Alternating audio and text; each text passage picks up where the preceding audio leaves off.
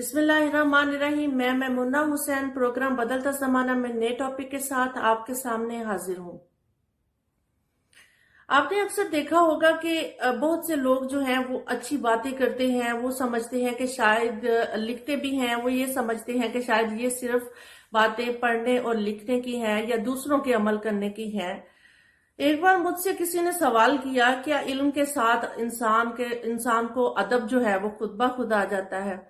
तो मैंने उनको बड़ा खूबसूरत जवाब दिया कि इल्म जो होता है वो इल्म के बाद जब अमल शुरू होता है, अमल के बाद इंसान में अदब जो है उसकी आहिस्ता आहिस्ता खुद ब खुद सीढ़ियां चढ़नी शुरू हो जाती हैं। ये वो सफर है कि जो स्टेप बाय स्टेप आप करते हैं। तो ऐसा नहीं है कि इल्म के बाद जो है आप खुद ब खुद ही अदब सीख जाते हैं या अदब सिखाने से आता है। तो ऐसा बिल्कुल भी नहीं है कि इल्म जो होता है वो अमल मांगता है, और जब आप अमल करते हैं तो उसके साथ आपको अदब आहिस्ता आहिस्ता खुद ब खुद आप उसकी अदब की मंजिलें जो हैं वो तय करना शुरू हो जाती हैं। मैं आपके साथ एक स्टोरी शेयर करना चाहूंगी कि एक बार एक शहजादा जो है वो अपने उस्ताद से उसने पढ़ना शुरू किया। तो उस्ताद ने उसको 2 सबक दिए कि झूठ मत बोलो और गुस्सा मत करो।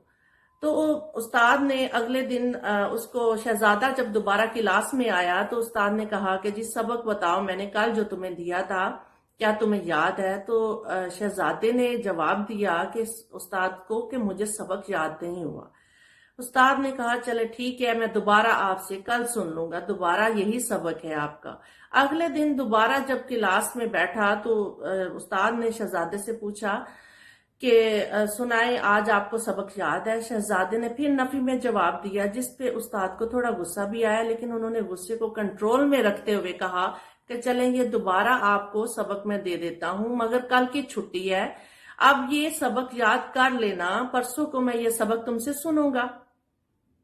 उस्ताद ने जब छुट्टी के बाद दोबारा शहजादा उस्ताद के पास आया तो शहजादे से दोबारा कहा कि बताएं मुझे आपको सबक याद है? तो शहजादे ने फिर नफी में जवाब दिया। तो उस्ताद को बेहद गुस्सा आया। तो उस्ताद ने जन्नाटेदार थप्पड़ जो है उसके मुंह पे रसीद किया। तो फिर उसने कहा कि मुझे सबक याद हो गया। तो उस्ताद हंस पड़ा, कहते क्या है कि एक ही थप्पड़ खाने के बाद तुम फर फर सबक सुनाने लगे हो। तो शहजादे ने जवाब दिया कि उस्ताद जी आपने मुझे 2 सबक दिए थे कि झूठ मत बोलो और गुस्सा ना करो।